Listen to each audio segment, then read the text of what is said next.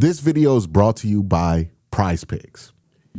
You know, this weekend I saw something and it made me think about the future of Denzel Ward on this team, and it made me wonder, like, do we appreciate Denzel Ward enough? For everything that he's done for this team and how little he's really flinched in this entire process, despite, being brought in at a rough point of this process. Now, he didn't live through 0-16 like members of the 2017 draft class did, but, he went through some tough times, some highs and lows here in Cleveland. He had his run of injuries in the middle of his career, seemingly has that a bit more under control. But whenever we talk about Denzel, it's always, I feel like, done with an asterisk. You know what I mean? Like, people will say, Denzel Ward's an amazing player, but, we never really take the time out to appreciate Denzel. And I think one of the things that has been talked about or not talked about enough with Denzel is kind of his commitment to the team. A lot of people try to lump him in there with Myles Garrett as somebody who's going to get traded or doesn't want to be here or whatever it was. But Denzel Ward was at his charity game and he talked about his feelings on staying with the Browns after the Myles Garrett trade. Here's that clip. Yeah, I definitely still want to be here. Like I said, Myles is a good friend of mine, a great teammate, and but things aren't lost. It's Ohio against the world. So people could doubt us, but we going out there still trying to play our best ball and bring wins to this city.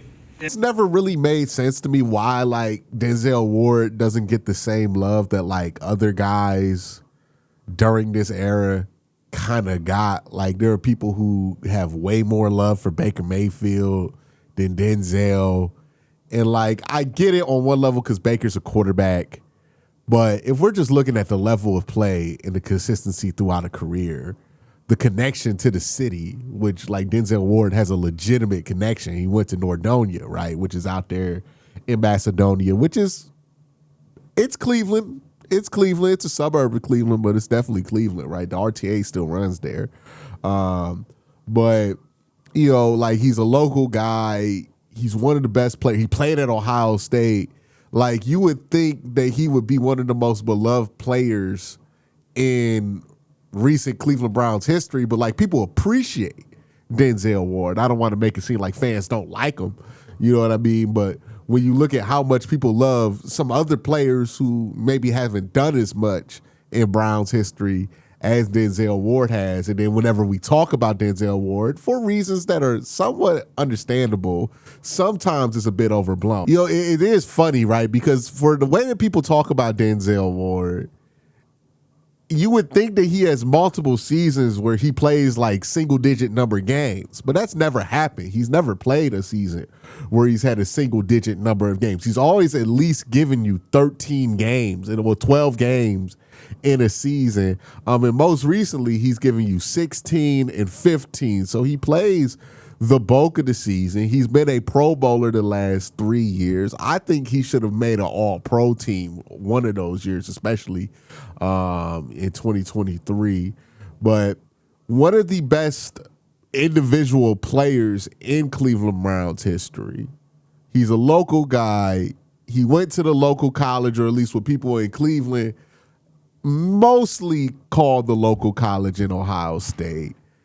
And I've never understood why it felt like fans were hesitant to love this dude like they love other players who certainly aren't as good as Denzel Ward. Maybe his attitude in the face of this Myles trade is going to be something that finally gets him the kind of love that he's deserved for a very long time. But it's also a question of hey, Denzel might not want to leave, but will the Browns trade Denzel Ward?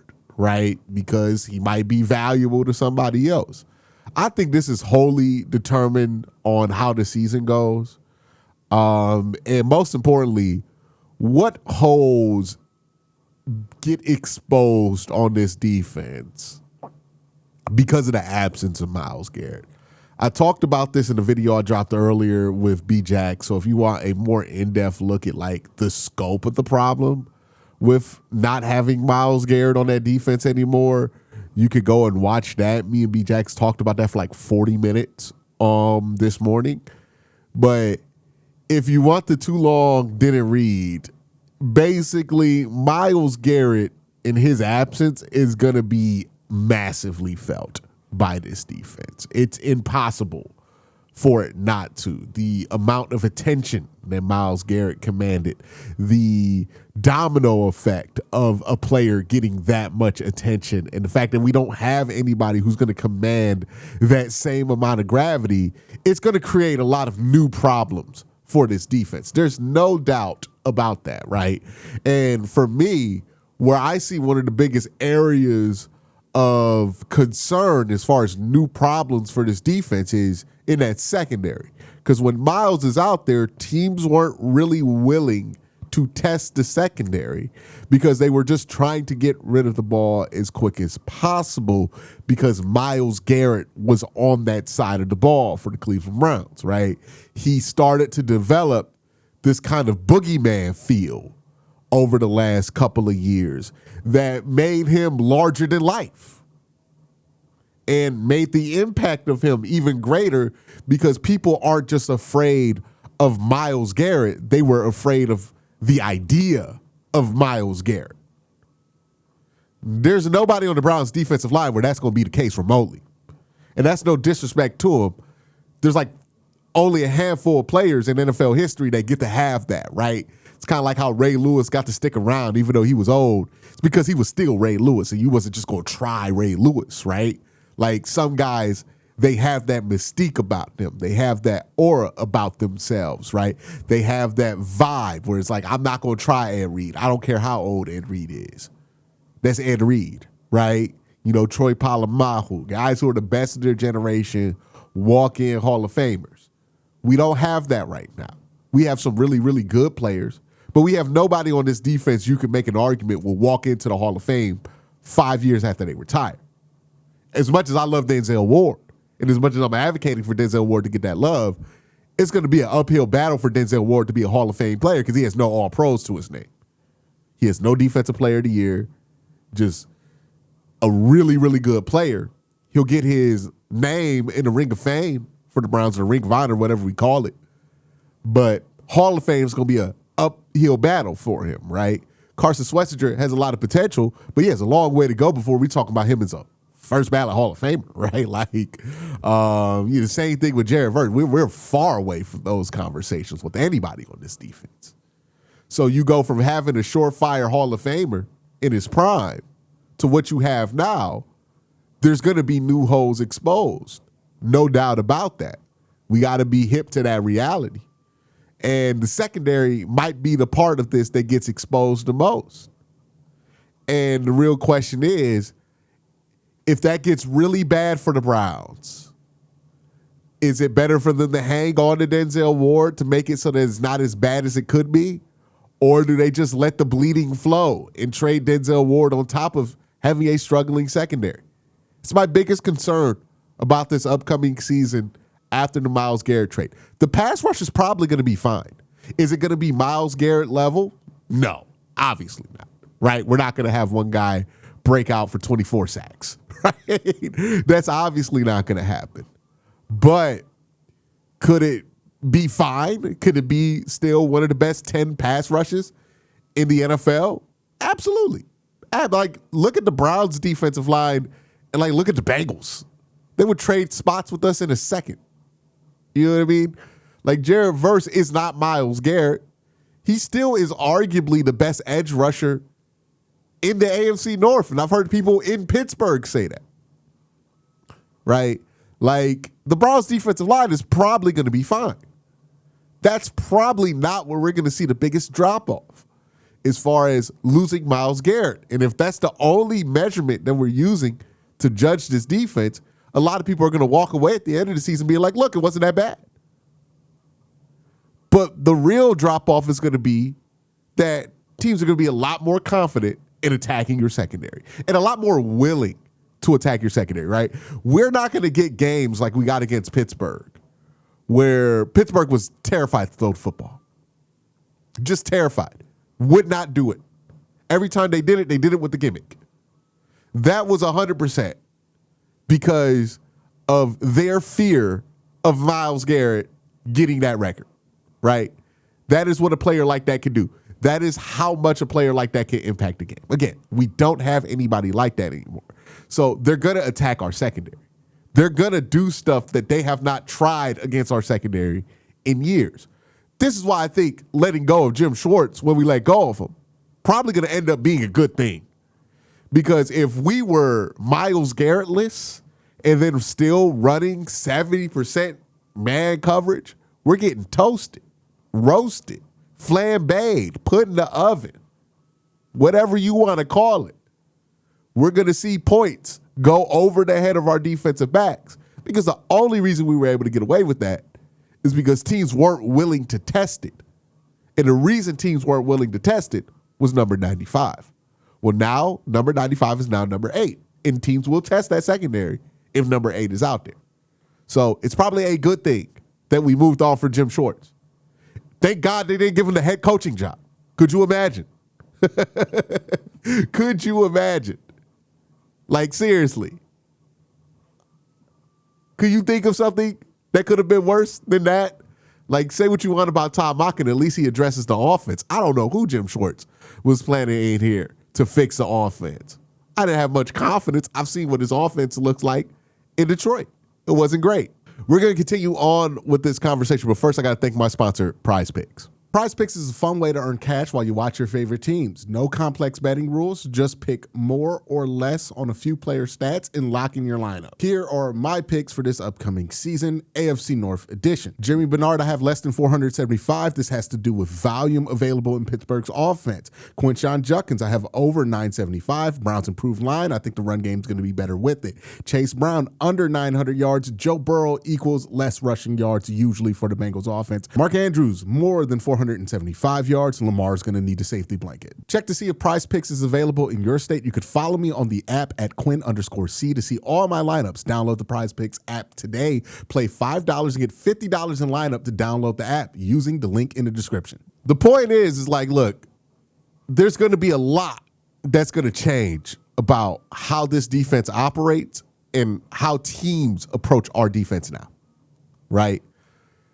And Denzel Ward at the beginning of the season is going to be very important to that. That's why I don't think the Browns want to trade Denzel Ward. That's why I think the reports came out immediately that the Browns are not interested in trading Denzel Ward. And it's because, one, everybody thinks the Browns are tanking. I don't think the Browns are tanking. I think the Browns internally think they can get 7 or more wins this year.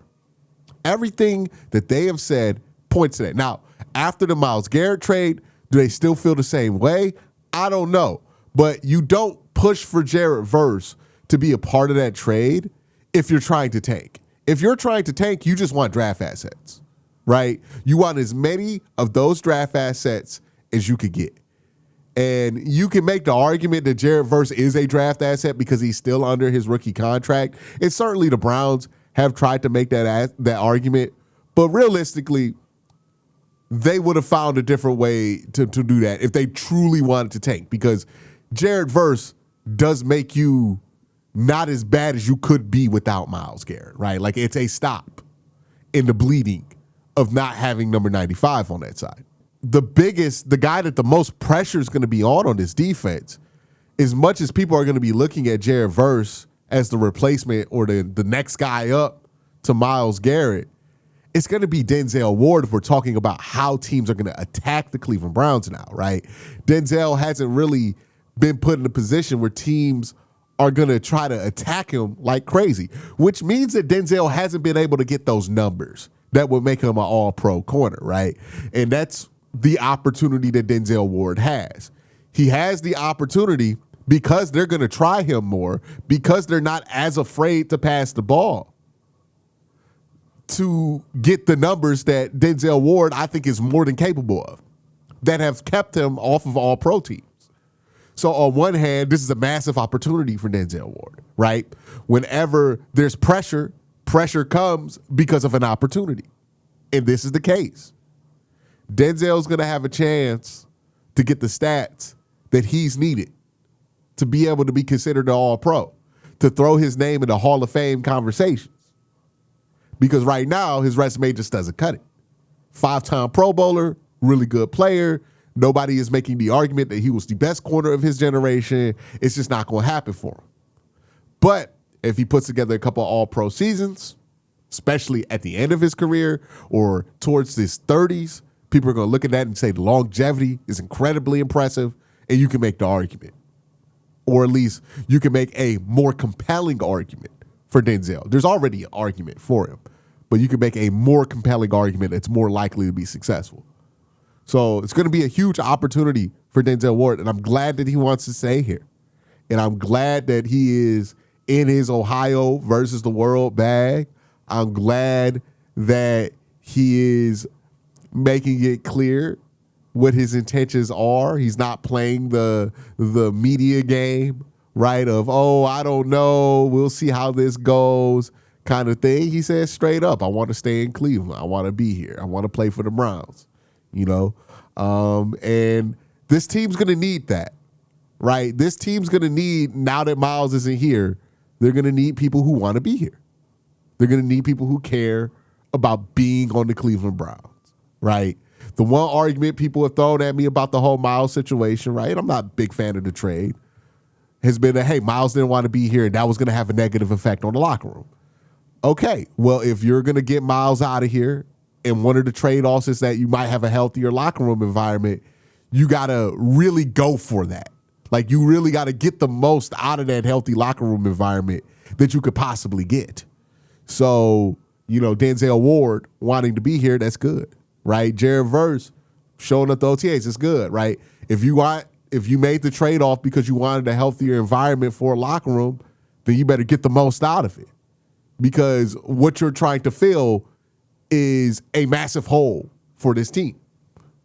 And it's not going to be one element that's going to fill that hole. It's going to be a lot of little things happening, right? There's going to be pressure on Mason Graham to step up now that Myles is here. There's going to be a lot of pressure on Jared Verse to make a leap in his production now that Myles isn't here. Because, 7 sacks in L.A., that was going to cut it when you were on a rookie deal.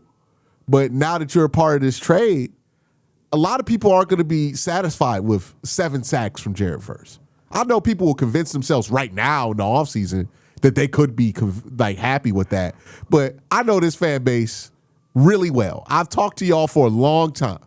I know if we get to the end of the season, that man got 6 sacks, y'all going to talk crazy about him.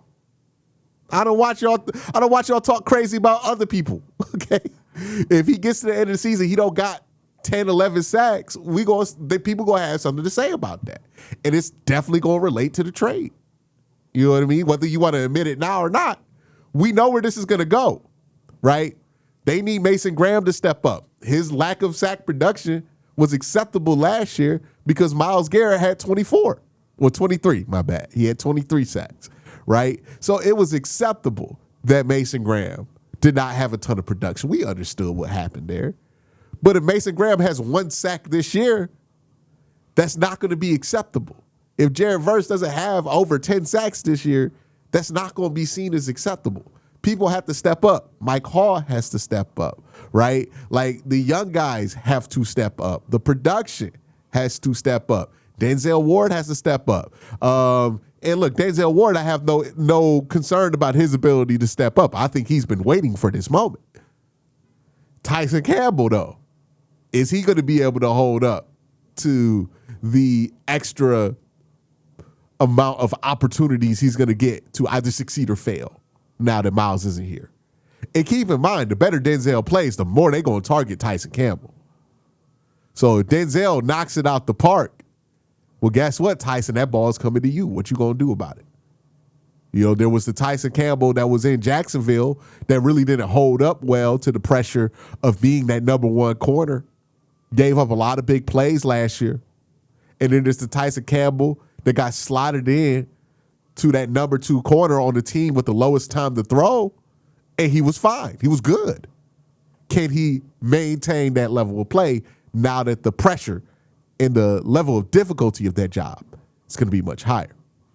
The Browns have a lot of things to answer, but I'm glad that one of the people who will be leading this team from the level of play standpoint, right now that Myles isn't here, I think you got to make the argument that Denzel's the best player on that defense.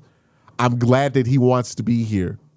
And I think that we should appreciate Denzel Ward while we still got him, because if this season goes wrong, the Browns could certainly trade him. And, I want us to appreciate him like we should have over the last 10 years before he's gone. But also, if he stays here, which I hope that's the case, because this team, again, they need people who care about being here, regardless of what you can fetch and draft value for them, right? You need some veterans who give a fuck about being a Brown on this team. Doesn't have to be everybody in that locker room or every veteran in that locker room, but you do need like 2 or 3 guys who are vets in that locker room, not on their rookie contracts, who are good players who care about the program, right? That's what Grant Delpit is there for. You hope Denzel Ward can do that for you there, right? But you need guys, veteran guys who care about the program.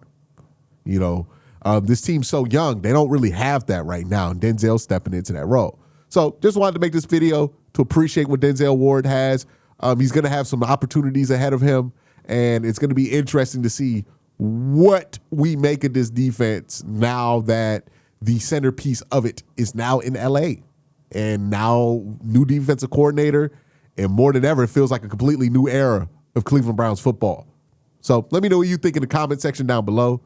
Y'all have a great day. Have an even better night. Peace.